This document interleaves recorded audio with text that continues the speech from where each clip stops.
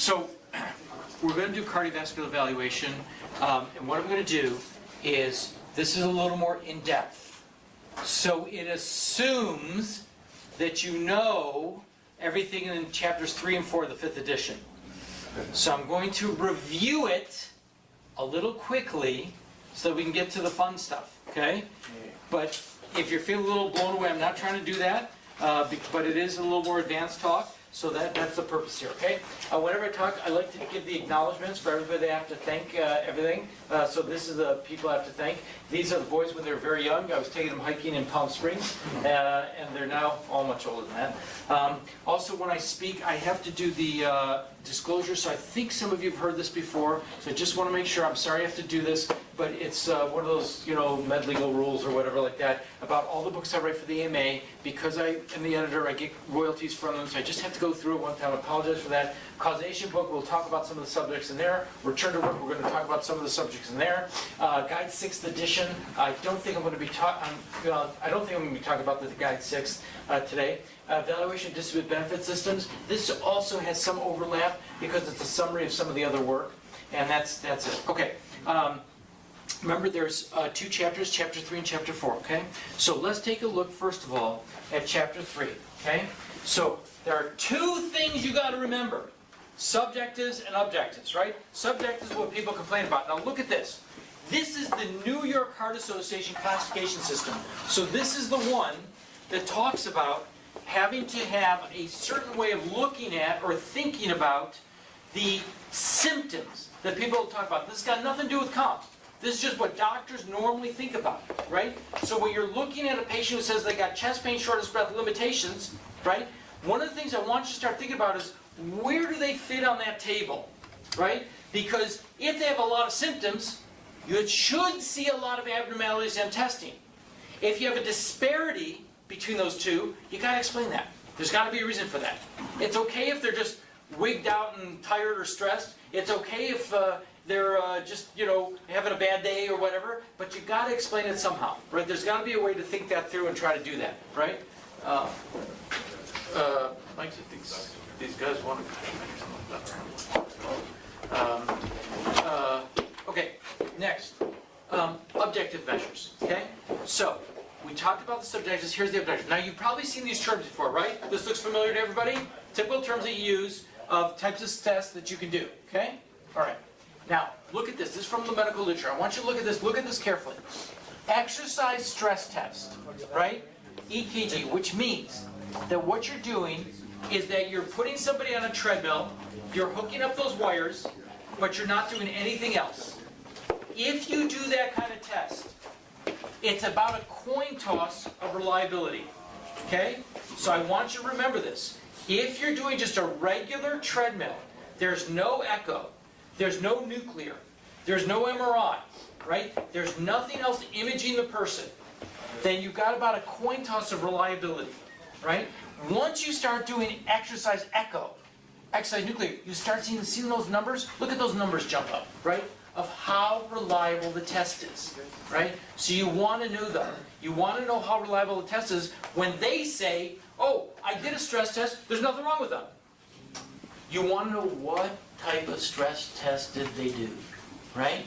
It's not good enough if it's just a regular stress test. You want to know, is there echo in there, right? Okay, now, what do you look for on stress tests? Different things here that you look for, but one thing we want to talk about is the METs, right? The METs. Now, just don't lose me on this one. It is the metabolic equivalence. It's how much huffing and puffing you do when you're on a treadmill. So look, right? You think about it. You go to the gym, right? Everybody's at the gym this morning? Obviously. Yes? Right? Correct? Drove by it. Correct? Okay, you drove by it. Okay. Theoretically, I was there. Osmosis does not work on this one, okay? But we're gonna get to there. Okay. So I was tonight Fridays I do spin class, right? And so this guy just tires the hell out of me. Okay. So anyways, so the more huffing and puffing you do, the more METs you burn, right?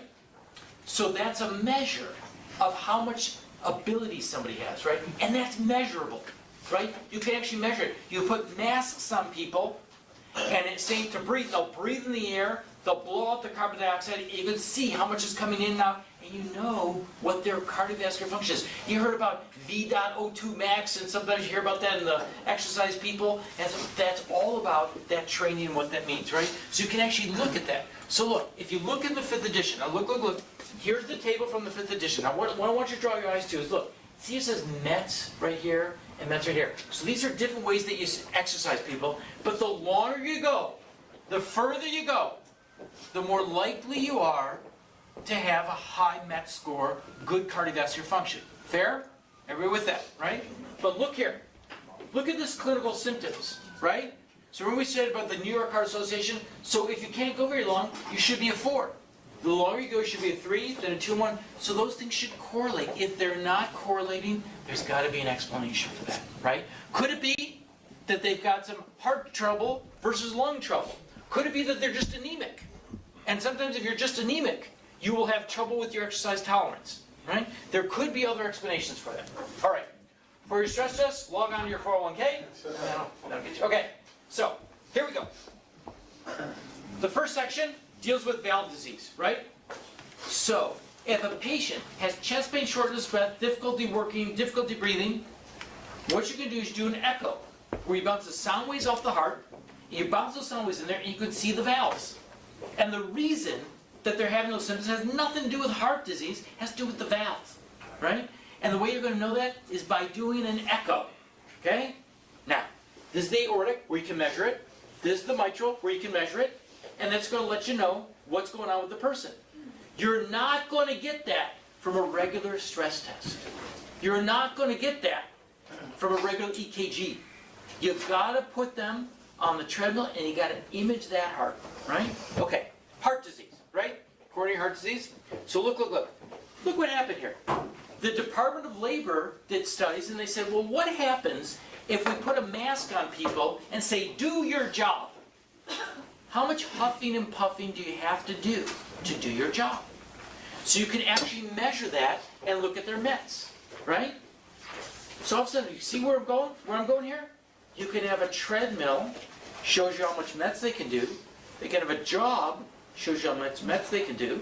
And all of a sudden you say, well, okay, then it is safe for them to do the job. Or it's not safe for them to do the job. Now, what's the problem with that?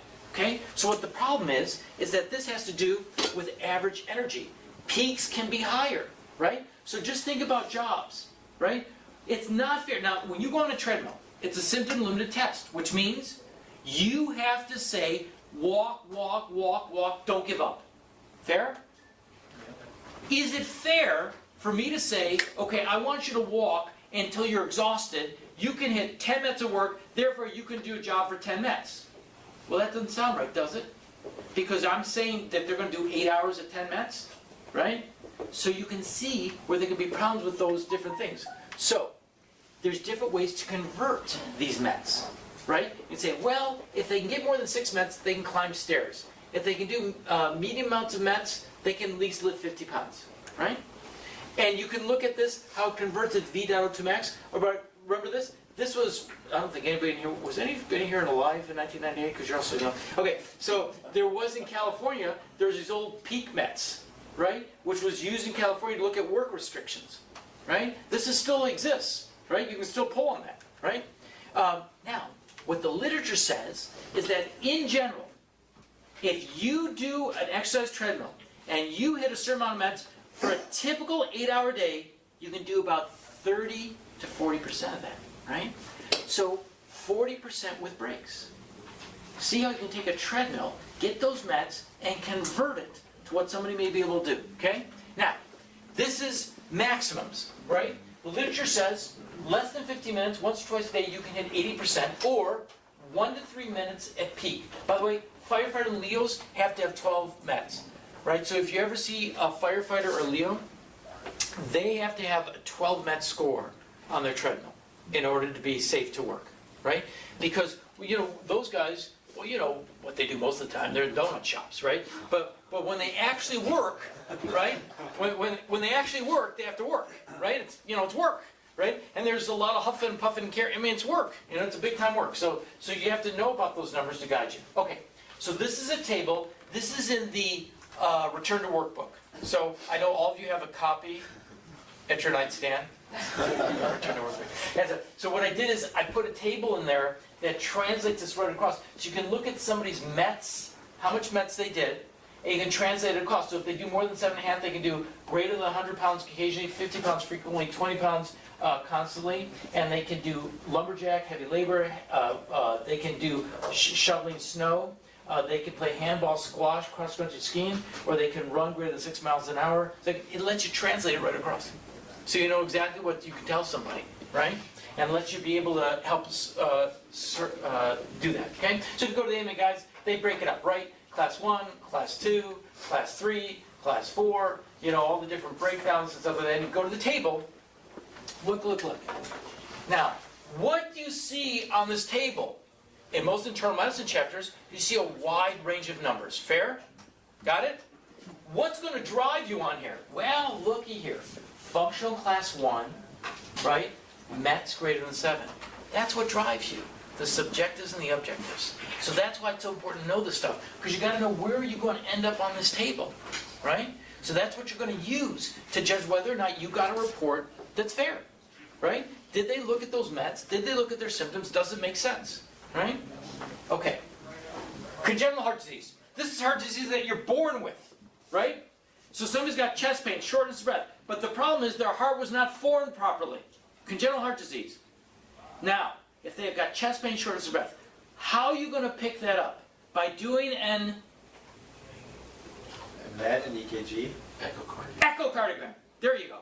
It's an echo. You got to do an echo. You're not going to see it necessarily on an EKG. You're not going to see it necessarily on a regular stress test. You are going to see it on an echo because it's bouncing sideways. You're not going to see it on the nuclear studies. Nuclear studies won't do it because they're just looking at the circulation.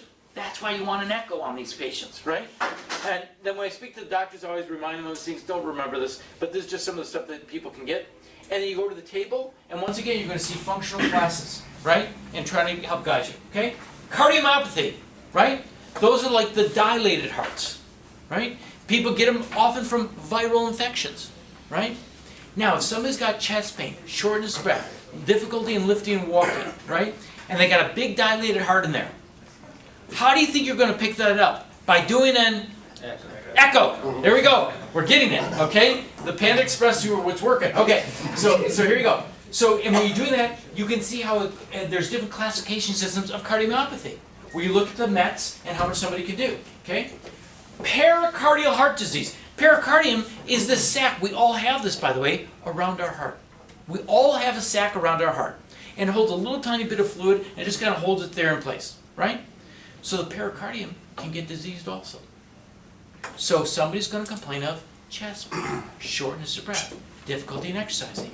And you're going to be able to tell that their problem is due to the pericardium by doing an echo. Right. You're not going to get it on regular EKG. You're not going to get it on treadmill. You're not going to get it on nuclear medicine. You've got to do an echo to really know what's going on. Okay? All right. Here's the budget echo. All right. Impaired for arrhythmias. The health sensors you built into my smartwatch prototype aren't working according to your stupid sensors. My heart is going to stop beating in. Yay me. Okay. So this is irregular heartbeats, right? And so again, notice this thing, it looks like the New York Heart Association thing almost all over again, right? But we do it for irregular heartbeats to help guide us, right? All right, it's a pacemaker, plus you can download apps for your liver, kidneys, lungs, and pancreas. Okay, there's the boys. I have one of those racing things. That's awesome for the record. Yes, that's awesome. All right. Okay, chapter 4. We did chapter 3. Did it go too fast for you? Nope, got it. I warned you it was a little fast. I warned you. I don't want to fry brains, but I know you all know this. Okay. All right. So,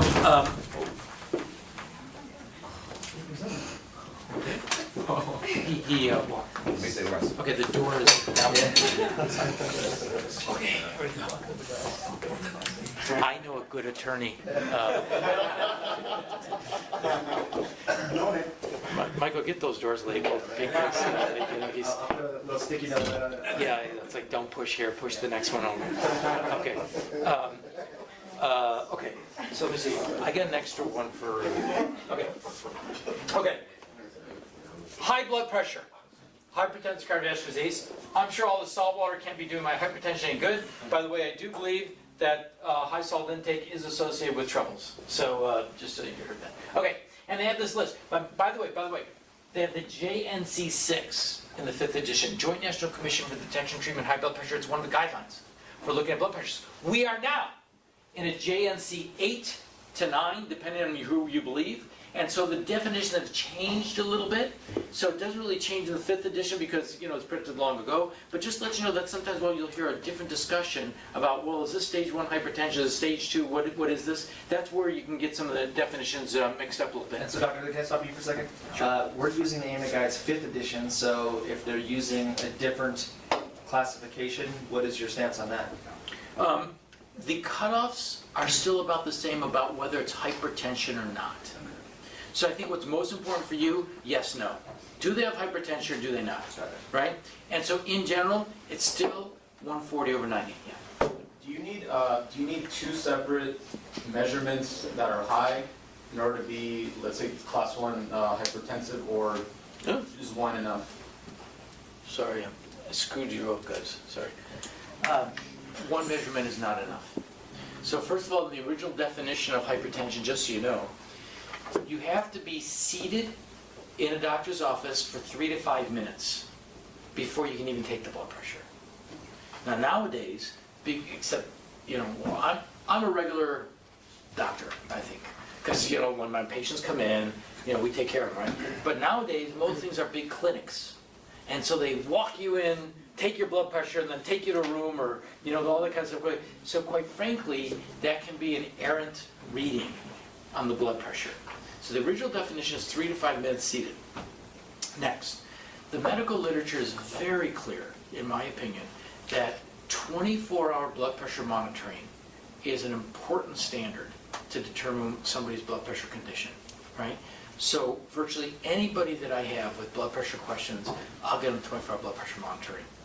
3, all my regular private patients, I insist that they have a blood pressure monitor at home. Because there's a lot of good data about white coat hypertension where they will have elevated blood pressures in my office, but they won't be as elevated at home, right? And you want to do this carefully, because if you're going to label somebody with something, you got to know if it's really there. And the second thing is you want to know, if I believe that they have it, then I want to make sure that they're adequately treated, right? I was just reviewing a patient who's coming back next week. So I saw him in January, and one of these kind of, cowboy types, right? So, it's like, his blood pressure's up. So I said, oh, your blood pressure's up. Have you ever been told it before? Oh, the doctor mentioned, I don't think he knows what he's talking about. Okay. Why do you say that? Well, I don't feel anything. I said, well, high blood pressure is called the silent killer for a reason, right? Well, doc, I'm sure I'm fine. I mean, I work out regularly. I, look at my weight.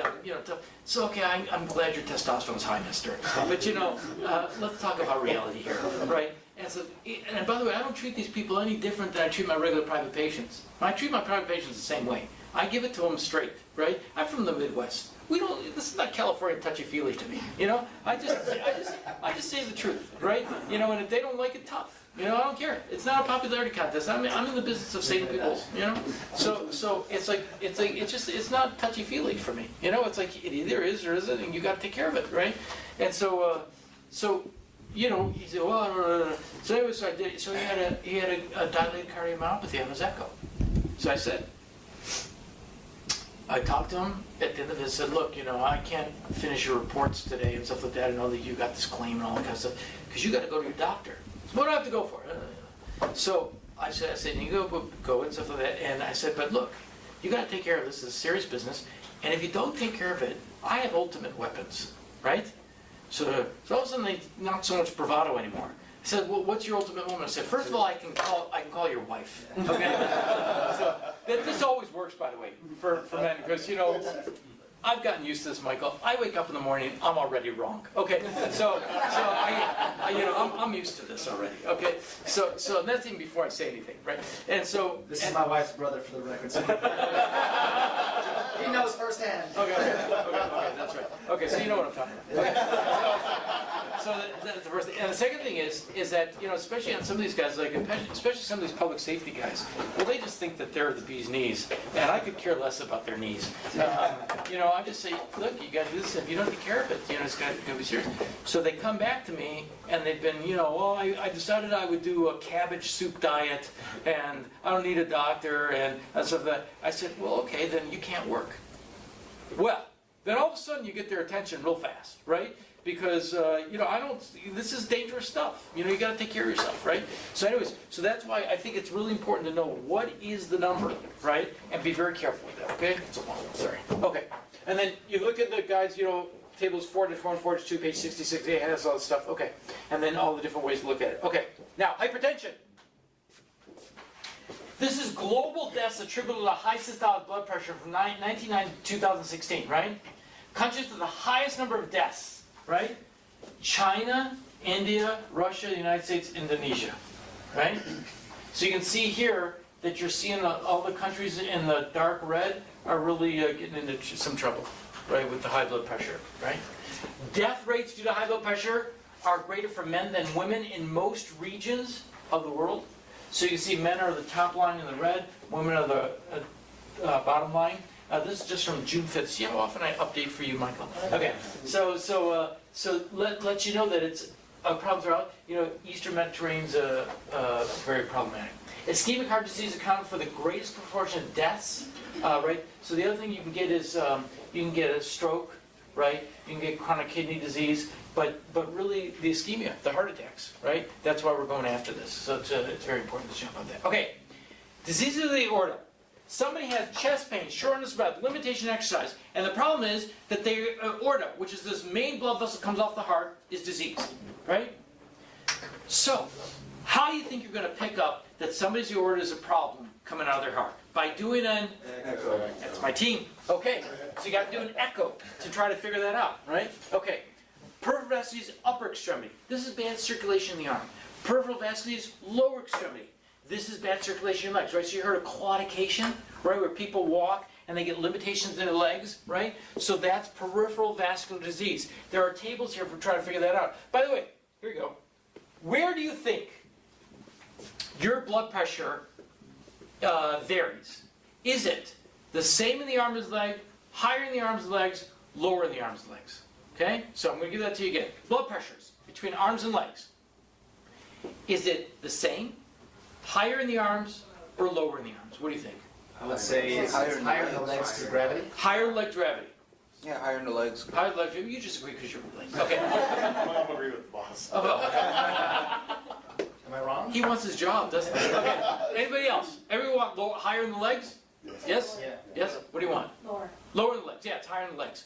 So it's higher in the legs. Your legs are bigger muscle groups. So pressures there are going to be greater in your legs than they are in the arms. Okay. And then, So it's not gravity. Gravity has nothing to do with it. no, but thank you very much for saying that. You're going to be right but wrong. Okay. This is pulmonary hypertension. This is high blood pressure in your lungs. So this comes when you have bad lung damage or bad circulation there, that you can get increased pressure. By the way, look at this. Look at these numbers. Look at how low pressure the lungs are, right? You heard about 120/80 in the arms? Look at this. High pressure is 40 to 50 in the lungs, right? The lungs are a very low pressure system, very low pressure. But you can pick that up. And what happens is the right side of the heart has to start pumping harder and harder because the right side puts it in the lungs. So, Tim, how do you think that you're going to pick up high blood pressure in the lungs with pulmonary hypertension by doing an echo? That's my point. You can stay here. What, 10 weeks? You can stay another 10 weeks. Okay. All right. So here, that's the overview. Okay. So we did the overview. I know you all knew that. Okay. What we're going to do is some additional points of heart disease. We're going to look at risk factors, stress, and apportionment. Kind of touch on those a little bit. Okay. Everybody seen this before? Right? Pretty comfortable with it, right? Fair? Risk factors, right? How about these? Well, hold on. Wait. Where'd you get all these from? Right? How about anti-inflammatories? Any patients ever take anti-inflammatories? Oh, no. Okay. Solid exposure. Ladies, OCP HRT if you're using the old Pempro, but with my gals that are birth control pills are probably fine. They do raise the risk a little bit of headaches, clotting. They could have an impact on blood pressure. And then when my gals go over to the other side, menopause, I will use the bioidentical hormones, and that's what I use on my women, and that does not seem to have any trouble with it. Noise exposure, there's some data a little inconsistent. Air pollution can do it, right? Give you a little bit of high blood pressure, okay? Concurrent illness, hepatitis C can give you high blood pressure. HIV disease, low testosterone can do it. Let's take a look. Here's air pollution in the United States, right? So look at this top one. Look at the air quality here. All the manufacturing area, right? So it's bad air quality there. It's going to be greater risk of hypertension. Over here, if you're hanging around the coast, we generally do okay, but you can see in some of our valley areas, right, you're going to get a little bit more trouble, right? More pollution, higher risk of high blood pressure. This is the ozone layer, right? So as no surprise, you get big ozone penetration over here, right? The big desert areas and stuff, big ozone penetration, that's going to raise your risk, okay? Smoke signals, this is one from the EPA, which shows that these small engines are a big problem. So for example, all those leaf blowers that you see is bad news. All the leaf blowers and those little engines and all the stuff that comes out of them is actually bad news. So people that do a lot of landscaping, gardening, leaf blowing, they could be at increased risk for high blood pressure, right? Did you think about that in any of your cases, our landscapers? Right. Okay. Other ones that you may not have heard about. These are some of the genetic causes, right? So there can be a lot. Look at this. This is a whole list from one of the journals on just risk factors for heart trouble, right? I'm not suggesting you have to know all these. I'm not suggesting you have to remember all these. I'm not suggesting they should be tested for. But it should trigger that's not just cigarettes and high blood pressure. There could be other causes, right? That's what you have to know about. Okay. By the way, Kurt Eggman, a colleague of mine, the cardiovascular risk factors also have a strong association with carpal tunnel syndrome, right? So if somebody's walking around with high blood pressure, diabetes, obesity, they're at greater risk for developing carpal tunnel syndrome, right? So if you have somebody that has high blood pressure that you think was caused by the work environment, right? And then they start having some trust in the risk. They say, well, they weren't doing any repetitive or all this kind of stuff. You say, well, wait a minute, there's some association with that, right? Obesity lowers your productivity, by the way, so always keep on that. And obesity by occupation, look at this. Highest group in the United States, police officers, firefighters, right? Highest group, right? So by the nature of some of these people, when you break them up just by their jobs, they're going to be greater concerns, right? Economists, scientists do the best. Psychologists, well, they're crazy anyways. And then artists, actors, because, you know, they got to feel it or whatever. Here's physicians. Of course, they wouldn't dare put a lawyer on here, right? Because you guys don't count or something? My undergraduate degree's in economics. So. Okay, all right, fine. Economics, okay? Look at this. Here we go. Weight gain during the year. We all get bigger. Thanksgiving, right here. And look at this. Germany, United States, all that kind of stuff. And then Easter, we get another bit. Golden Week in Japan. So don't go visit Japan during Golden Week because your weight will go up, right? So the risk can vary over time. By the way, most common time to have a heart attack is when? The toilet? The toilet. That's why everyone dies. Was it when or where? You know, you ought to take a look at this. I mean, maybe you can get the kid out and just he can sleep here, and she could have the house. January. Yeah, so pretty close, right? So Christmas time, right? So it used to always be said, because people can have some sad times around Christmas if they're missing family members or not with family. Second, weight goes up, right, at that time. What day of the week is the most likely day to have a heart attack? Sunday. Sunday, Monday. What time? Morning. Yeah, about 4 to 6 in the morning, because there's a change in our hormonal milieu. So if you have any troubles on Monday, see me, we can sue this firm for a while. Okay. Obesity. Obesity, this is also not good. Obesity according to the age group, but look at this. Largest growing segment is the kids, right? Kids, right? It's a big problem. My kids think I take relative good care of myself, but I see the tendency to do the nonsense. And who needs to go outside and all that kind of stuff? Well, screw that, get out of my house. You gotta get outside, you gotta exercise and all that kind of stuff, okay? Look at this. The prevalence of obesity, this is men versus women. So you can see that as it's getting worse, you're getting those darker colors. So you see the red, right? The red is really the worst. These tans and yellows are pretty bad. So you can see where it is around the world about the levels of obesity. And look at this. Look at this in boys and girls. Look how worrisome that is, right? Look at this next generation that's behind us, folks, right? Real problem that the obesity rates are really going high in that group. Here's another one, disability adjusted life years. So if you're more obese, you're going to start having more troubles. Shows your body mass index, which is measure height versus weight, starts going up and up and up. What happens is your disability life years goes up, right? So that's why it's really important to stay in shape. Number of deaths, okay? So here's another one. The leading risk factors for death. Diet is number one, okay? Tobacco, high blood pressure, body mass index, glucose, cholesterol, impaired kidney function. You gotta get down here to alcohol, air pollution, low physical activity, occupational risk. See that? It's right there. Low bone mineral density, residential radon and lead exposure. How about that?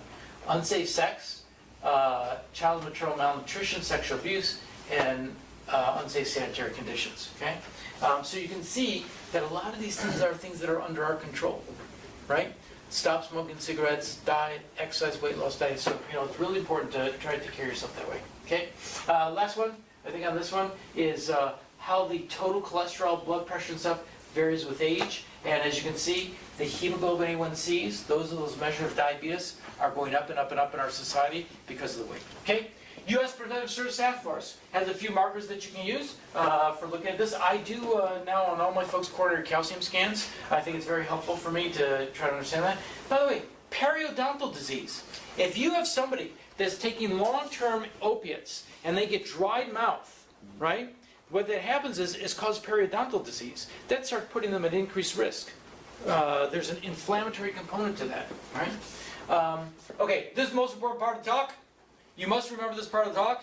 You can forget everything else. This has to do with chocolate. So today I took hot water, I took a squirt of that Ghirardelli's and a squirt of that other little thing and made a hot chocolate here, and it was just, it was great. So thank you very much, Michael. Okay, so chocolate lowers your risk of heart disease. Chocolate lowers your risk, okay? So it can be very beneficial, right? Here's a very important study. This is a great study, not just good. This is the per capita chocolate consumption against the number of Nobel Prizes, right? So as you eat more chocolate, your Nobel Prizes goes up. Got it? That's why chocolate's very important. This is chocolate by the Baldwin. This is the Museum of Chocolate in Havana, Cuba. This is the Museum of Chocolate in Prague. Chocolate is the answer. Question's pretty much relevant. There's a Jewish love affair with chocolate. And my doctor's sitting 2 rows behind me. Do you sell chocolate-covered fish oil capsules? Go ahead and eat your chocolate from the Wall Street Journal. Of course, it's great. So I just want you to remember that. Okay, stress. So this is an area that comes up a lot, especially workers' compensation, because of stress. So this discussion is developed more for heart disease and hypertension. There's a poor correlation of stress with arrhythmias and palpitations. So if the patient's saying, my heartbeat's funny, right? It's very hard to pick that up and what that really means, but it's much more common to pick up the hypertension stuff, okay? Limitations in this area include, these studies tend to be retrospective, they're heavy on self-report of what is stress. There's often pre-existing conditions, genetics are usually not accounted for, and mostly males have been studied, which means women sometimes make fools of men. But most guys are the do-it-yourself type, so there you go. Okay, all right, so here we go. Sudden cardiac death triggered by an earthquake in Northridge. So here when we had the Northridge earthquake, it was shown that there was a direct correlation to the increase in amount of heart attacks, right? Okay. Heart rate changes after the Taiwan earthquakes, right? The Interheart study, 52 countries, 9 conditions capture the risk, right? And what it looked at was lipids, smoking, hypertension, diabetes, no big surprise here, but psychosocial factors are in there, correct? Caregiving is a risk for mortality. If you happen to be a caregiver for an elderly parent, right, that could put you at risk. If you see any of these people that work at these agencies that do caregiving for the elderly, right, they could be at risk. So, Dr. Hammond, so we represent a lot of people from IHSS. Yes. And you're saying if there's a caregiver that's providing long-term care for somebody and has a heart attack, and you come up as the AME, is there a way to link industrial causation just through the studies that Yeah, so what you would say is, I'm going to take a history. How long were you working there? What were your hours? What was going on at the work environment? Did you like what you're doing? Was there problems with it? And you start building that out. And if they say, look, I had a big problem with my schedule. I had to do shift work. We're going to hit on that. I was taking care of somebody who was kind of abusive. It was difficult. So all of a sudden I say, well, there is literature that says that caregivers can be at increased risk, right? So if somebody comes to me and says, well, how could you say this is work-related? I'm going to say, because there is literature that says there could be an increased risk, right? Got it? Okay. Mental stress has been associated with silent heart attacks, right? Post-traumatic stress disorder. This definition can vary, right? But it is associated with some of these risks. So you see it in the war combat stuff, right? So that's where some of that literature comes from, saying that stress can have an impact on people, right? Post-traumatic stress disorder, in a lot of these studies, show that there can be increased risks, right? Depression and risk of suicide in the Women's Health Study showed that this is a very important study that looked at risk in women over the long term, the Nurses' Health Study, and what it showed is that in thousands of women, there was 1.5 to 3 times the risk, right, of heart disease if you're under stress of the work environment, okay? Takotsubo. Don't know if you ever heard about this. This is called the broken heart syndrome, also called stress cardiomyopathy, and it's a transient dysfunction. And you can actually get this. The classic examples would be sudden death, right? Divorce, right? Some of the big ones, loss of a child, right? The real big ones. And they can actually get this dysfunction of the heart that's real. You get heart what's muscle the actress damage. from the Star Wars that her mother died and she died? Carrie Fisher. Carrie Fisher? Yeah, Carrie Fisher, yeah. same thing. I can't talk about Carrie because I saw her once as a patient, so I can't talk about that. Okay. What's the mechanism? How does stress lead to cardiovascular disease?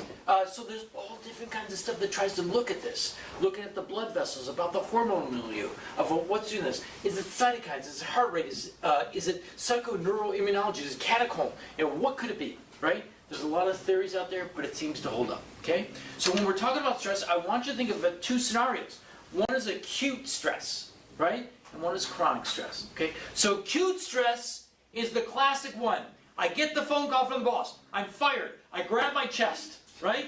The ambulance comes. I get taken to the hospital. I have a heart attack, right? There's no argument. This is work-related, okay? Those are much easier to identify, right? Because acute, sudden, severe, obvious, right? Where we get into discussions more about the chronic stress, okay? So when we say chronic, what you're saying is that it impacts you over time. Fair? Right? So, it has to be operating. So, as any risk factor, it has to be present over some period of time. You can't come in and say, I was stressed at work for the last week. Right? You're going to try to take a look at how long was somebody stressed? What was causing them stress? They say, well, my boss. Okay? How often did you have to interact with your boss? An hour a day? 5 hours a day? Once a week? Once a month? Right? Those things make a difference. Right? Because depending on how often you have to interact, it's a risk factor. You don't smoke 1 cigarette, have lung cancer the next day. You don't have altered lipids one day. Your cholesterol goes up, you say, okay, the next day I got a heart attack. These things take years to have their impact. Right? So you got to know that. Right? There's a lot of research in this area by these different folks. Right? I just want to show you one thing in the Karasek model. Okay? this. Okay, look at this. This is one of the classic models of deciding stress. Okay, ready? Watch this. Increased decision latitude. Got it? Increased psychological demands.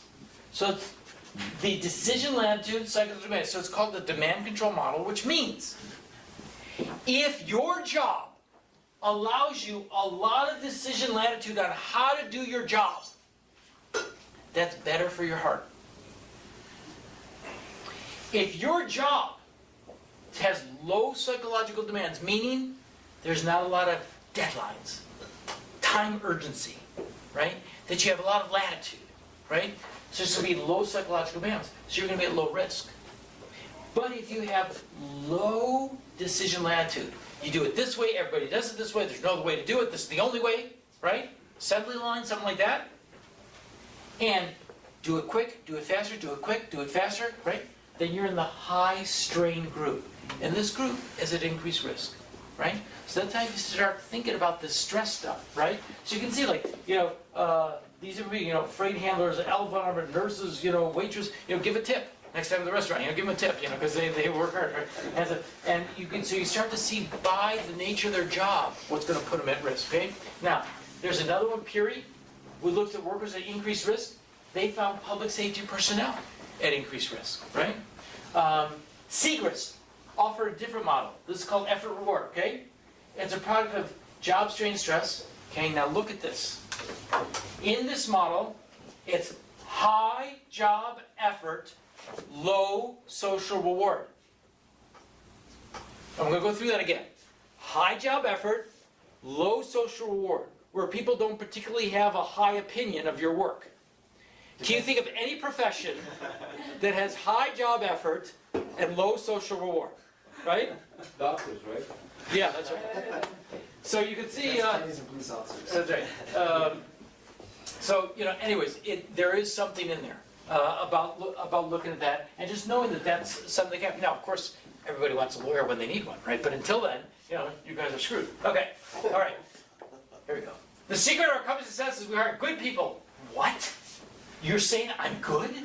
I've never heard a compliment at work, Michael.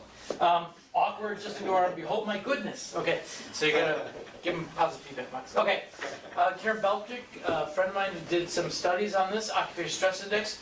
By the way, she found a consistent pattern in bus drivers. Bus drivers. So if you see transportation people, they're at increased risk. Okay, so keep that in mind. Okay. By the way, I'll give you one more. One more. Here's one. Interesting. What is more stressful for a driver? Is it that you drive the same route every day, or you drive different routes every day? Which is a higher risk, higher stress? Driving the same route or driving different routes every day? Different route. Same route. Different routes. Same route. Same routes. Same route. Okay, so it turns out finally I got a 50-50 here. So, okay, it turns out that it's more stressful if they do different routes every day, right? So somebody's at increased risk if they do different routes because there's actually a socialization that goes on. When somebody has the same route every day, they get to see some of the same people, right? They're very comfortable knowing where they're going, right? It's a lower risk kind of thing. So that's one of the things that can be a benefit. Okay, work by many, including emphasis. So shift work is a problem. So you've got to ask these questions about what somebody's job was. If it's a standard 9 to 5, that's fine. But there's many people that are doing different shifts, different shift work. That puts you at increased risk, right? Shift workers have worse body composition. It's associated with heart disease nurses. It leads to poor health outcomes. So you've got to know about shift work. Yes. Is that because of just the nature of having to work different shifts, or that they're actually not getting good nights of sleep? Yes. Or is it both? Yes. Both. It's first of all, if you've ever, pulled the all-nighters or done that kind of stuff, you start eating crap. You just kind of try to get by. It sets off your circadian rhythm, sets off your hormonal balance. It's just bad all the way around. Got it? Top 5 things that my intake department should be looking for to determine whether we think that this has been caused or aggravated on an industrial basis. What are the 5 things for those 2 scenarios? Get the medical records, number one. Get the medical records. Are you looking for prolonged hypertension in the records? What are you looking for in the medical records? I'm looking for what the pre-existing situation was. The vast majority of these do not occur in a vacuum. They usually have some type of undiagnosed thing. So I'll just give you today's deposition, okay? This is true, just today's deposition. I saw a guy Hispanic guy, who was a painter and was not a very good historian, okay? So look, I don't ding people on this necessarily. First of all, my regular private patients sometimes can't remember what I told them last visit, you know? Or I say, go see this, go do this, oh yeah, you're right, Mark, you're right, you know. Second thing, a lot of these people don't have high educational levels, so I don't expect it. So he was a bad historian, right? So I said, give me the records, give me the records. Finally got me the records, and this guy was a time bomb. He had 15 years of hypertension, diabetes, elevated lipids, obesity, cigarette smoking, and did not see a doctor. So, he's at work, he's a painter, he's walking up these stairs carrying some weights. Grabs his chest, diaphoretic, call the ambulance, goes to the hospital, he's had a heart attack, needs bypass surgery. Okay? So, once I finally got all the data, I said, look, in my view, his hypertension, diabetes, elevated lipids is not industrial related, but his heart attack is. Because, but for that activity at work, it wouldn't be like. So you can imagine there was one side that wasn't happy with that answer. So that was the subject of today's deposition, right? How could you say that? He's like this, he's like that, he was fat, he was this and that. You know, look, there's nothing there's nothing you can do about it. You know, you hired a time bomb, you had an eggshell employee, that's the way it is. That was today's deposition. And was it the physical exertion with the acute increase in blood pressure that was causative or contributory to the heart attack? So first of all, they went into this thinking, well, this guy, whatever, and stuff like that. But when you get the records, that's number one, because the records give me a clue what's been going on, right? A lot of times they're not good on their history. You've got to have the right history. That's just the way it is. Sometimes they'll come into you and they'll tell you a story. Go, oh my God, this is work related and stuff like that. But you know, who knows what they're telling you, right? You know, and sometimes they could mislead you, and you're just representing the client. There's nothing wrong with that, right? Okay, so first thing is get the records and make sure they're accurate. Right. Next, you've got to ask them about what they were doing at the time that they had their trouble, right? Where were they? What were they doing? Were they at work? Were they at home? What happened? How long had you been feeling it, right? Because sometimes they say, well, I got this chest pain at work. But the truth is, when you look in the records, it turns out that they had 2 weeks of chest pain that they never told you about, right? So this is a crescendo angina is what it's called.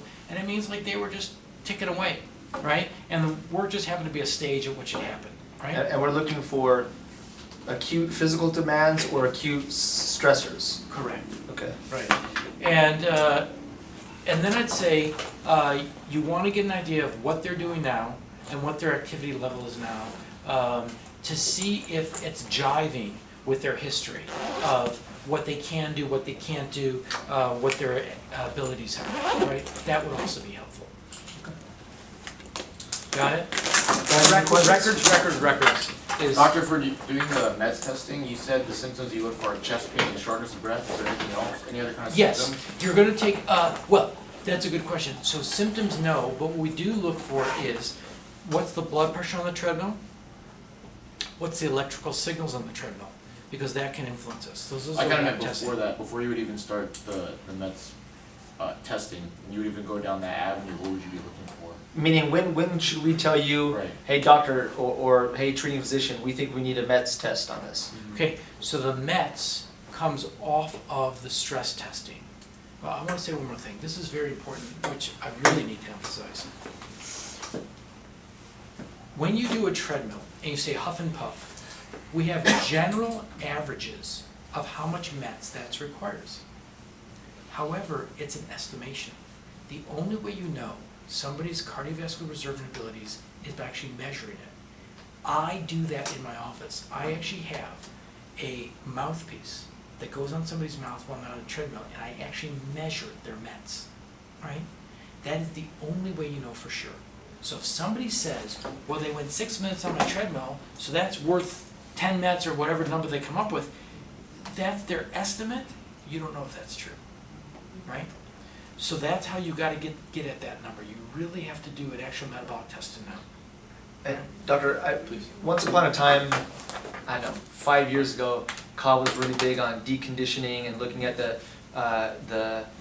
current mets versus, looking at the physical activities they could do before, figuring out what that relative met was, looking at the proportional loss. Are you seeing that a lot? Are you doing that? Does it behoove us to argue for deconditioning? And if so, what type of cases should we be arguing that? Don't do it. Okay. Okay, so this is where I'm not in most favored nation status with COP, because it's just wrong. It's a misapplication of guides. And so they can get some guys to say whatever they want to say, that's fine, I don't want to put my license at risk. It's just not true. If you're going to say somebody's deconditioned, then I'm going to say, well, okay, so you mean to tell me that they're not at maximum medical improvement? I mean, that's what you're telling me. Right? If you're really saying that they're deconditioned, say, well, okay, then go condition them some more. Right? Once you say somebody's at maximum medical improvement, you're saying they're not deconditioned anymore. 2, there is an injury. There is an impairment rating. That includes all the impacts that injury and impairment has on them, which can include some muscular deconditioning from an injury. That's why there's an impairment. That's part of the impairment. 3, they were trying to shove down my throat page 107, table 5-12 on pulmonary function testing. That's incorrect application because the METs on there is based on 2 lungs, right? So you can't use a bilateral system to estimate a METs decrement. It's against what you're trying to get after because you're trying to get after an isolated factor that's influenced by cardiopulmonary function through the lungs. So it's a misapplication of guides. Okay. Right? So I don't do it. If that's what you're looking for, don't send it to me because I don't want to do it. Sure. Okay. Guys, any questions? I just got one last question. What is an area of internal medicine that you see widely overlooked that can add considerable industrial impairment? What is something that you see that's overlooked that can add considerable industrial A impairment? couple things. 1, there's something called a cover letter. You may have heard of this. God bless your profession. If I could tell you how much time my staff spends begging for a cover letter, right? Write a decent cover letter. It does not have to be long. You can have all your stupid default paragraphs, I don't care about that. Just one. Here's the date of injury, and here's what's claimed. That's all. I can only tell you what terrible cover letters we deal with that are just not, have no indication, yet you expect me to give you a quality answer. I guarantee you people are leaving things on the table that they could have had if they just took the time to write a cover letter of just 2 sentences. Here's the date of injury, and here's what's claimed. I'm not asking for a lot, right? And do that before they come. 2, get me the records. Get me the records. Get me the records, right? And ideally, get me the records before they come in. Because these people cannot remember everything, right? And I'm a much better doctor when I have the data. And I can ask them questions that would otherwise be missed because they don't remember, right?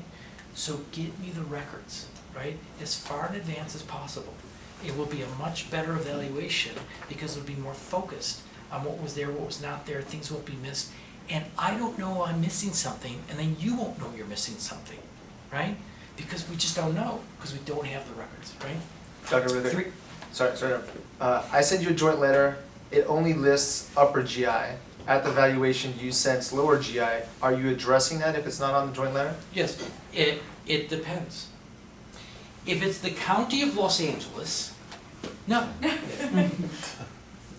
So I've had the pleasure of being thrown off of their panel twice because they didn't like that I was thorough.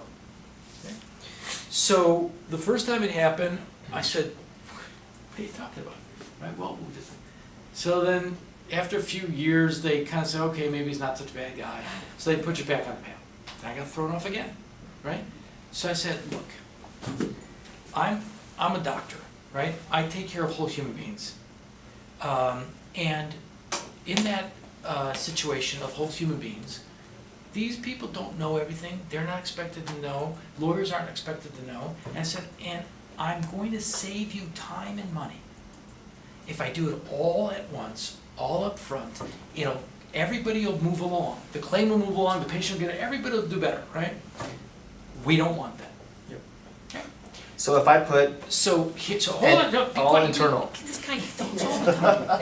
Does he ever listen to anything? Okay, now, so what you want to do is, Michael's absolutely correct, and it's not a surprise because he's very bright. What you want to do is on your cover letter, please put one word in there of what's claimed, and that is the word internal. Thank you. All you have to do is put upper GI internal. Once I have the word internal, the gates are open to me. Because I don't have to worry about who's who said what I can then take a careful history, do a thorough evaluation, and the world's open to me, right? But if I see just one body part like that, you're limiting your client, right? So it's okay to put GI, just put internal. If somebody says, why'd you put the word internal? Say, I'm not a doctor. What do I know, right? Just play dumb, right? And just get that word on the cover letters. Get it in your claim forms. It's internal, right? Get that on the claim forms. Get it in the cover letters, right? Because that's gonna make it a lot better.